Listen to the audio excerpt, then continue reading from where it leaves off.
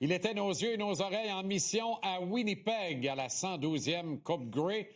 Juste pour qu'ils vivent une victoire, j'aurais aimé la victoire des Alouettes, mais pour le plaisir de tout le monde aussi, mon camarade Mathieu Bédard, comment ça va, Matt? Ça va très bien, ça va très bien. Alors, défaite crève-cœur des Moineaux.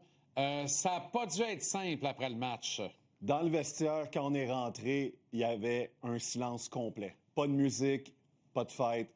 C'était très difficile. On a vraiment un salon funéraire quasiment. Les joueurs, beaucoup de larmes. C'était vraiment pas une bonne ambiance qu'on a pu vivre. Puis ce match-là a tellement basculé avec quelques jeux, dont l'échappée de Patterson, qui, selon moi, c'est vraiment là où le match s'est joué. C'est un jeu qui n'arrive pratiquement jamais. En 23 matchs cette saison, les Alouettes n'ont jamais redonné le ballon dans la zone payante. 23 matchs. Mais c'est arrivé là, c'est arrivé à la Coupe Grey dans le moment le plus important de la rencontre. Et malheureusement, ça coûte une victoire, possiblement, aux Alouettes. Incroyable. Analyse du travail de Davis Alexander sur une patte, là, on peut le dire. Oui, absolument. Puis Davis Alexander n'a pas connu un match sensationnel. Une belle tentative de remonter en fin de match. Ouais. Mais toutefois, ça a été 22 en 34, 3 interceptions, 284 verges, mais aucune passe de toucher. Et on le sait, il était blessé à la cuisse toute la semaine. Ça n'a pas été facile. Il y avait 4 à 5 traitements. Par contre, j'ai quelques petits visuels à vous montrer. Premier quart, sa fameuse interception au début du match. Et cette interception-là, c'est lors de son premier lancer. Mais pourtant, Davis Alexander, lors de ce lancer-là, de cette première séquence, ça n'a pas marché. Là, on voit présentement Anto qui, selon moi, il aurait dû attraper ce ballon-là. Ben oui. C'est vu tout de suite dans la zone. Ben oui, ça, c'était la défensive. Mais au deuxième quart, Davis Alexander, avec 10 secondes à jouer au deuxième quart, il tente une passe vers Tyler Snead.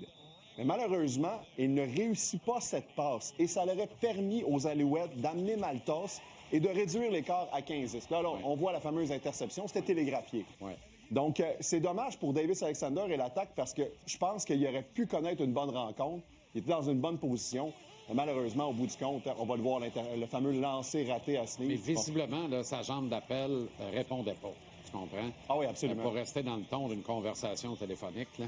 La jambe d'appel répondait pas, donc il était mal ajusté. Le bras est là, mais il était mal ajusté. Ben ça ouais. suivait pas. Et voilà, ça a coûté cette interception. Absolument. OK. Le jeu contestant en défense, il faut qu'on en parle. Le pauvre Anto, qui a été un des héros, vraiment un des héros de la Coupe Grey 2023 et de la victoire des Alouettes, échappe ce ballon qui l'amenait dans la zone payante pour un majeur et voit une superbe séquence défensive être rappelée. Honnêtement, là, pire que ça, là, c'est Yacine qui est puni dans le Sunday Night Football des Lions de Détroit hier soir. C'est le même maudit niaisage de Calvas, de « je suis plus capable, m'endure plus ».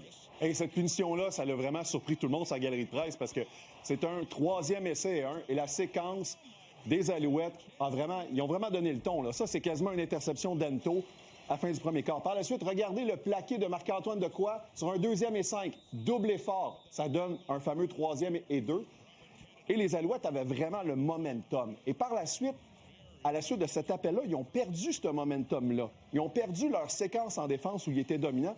Et ça l'a donné consécutivement 2 possessions aux Rough Riders. 2 fois, ils ont marqué et ils ont pris les devants. Entre autres, il y a une séquence offensive. Regardez ça, là. Ah ouais, 9 fois sur 10, il n'y a pas d'infraction. Ah oui. Puis il n'y a aucun mouchoir qui a été lancé sur cette séquence-là. Avec raison. Les Riders ont marqué 4 fois dans les 5 premières possessions. Ça a fait très mal à la défense. Et c'est la première fois depuis le 24 juillet que les Alouettes n'ont pas touché à Trevor Harris. Aucun sac du corps. Aucun. Donc, ça l'aide pas. Mustafa Johnson a joué. Était-il en état de le faire? Je suis pas sûr. C'est ça. On a une clip de Marc-Antoine Dequoy qu'on voulait vous laisser entendre. OK. À la fin de la journée, ils ont mieux joué que nous autres. Puis, ils ont capitalisé sur les jeux mieux qu'on a été capable de capitaliser sur les nôtres, je veux dire. Puis, j'ai parlé plein de fois, là. La réalité du sport, c'est des jeux étincelants qui vont faire la différence. Comme le dernier jeu, c'est un attrapé, c'est ça qui fait la différence. Fait que, il y a plein de jeux quand on perd, qu'après ça, on peut aller pointer du doigt. Mais je pense pas que c'est ça qu'on va faire. Je pense qu'on va aller les corriger. On va travailler en équipe, mais on va jamais pointer personne. C'est quoi la suite? Le bilan demain, mardi, des joueurs. Et mercredi, par la suite, c'est le bilan de l'organisation. Donc, entrevue et clip prochainement, dans les 2 prochaines journées, on va vous les présenter. Coup de chapeau en terminant. Ouais, la LCF, incroyable. Winnipeg a été fantastique en français. Ouais. Beaucoup, bravo. Ouais. Donc, M. André Proulx, là, ça en devenait quasiment fatigant à un moment donné. C'était long, calé 1-2, m'a dit une affaire, je vois le vert. OK, Mathieu, excellent travail. Merci beaucoup.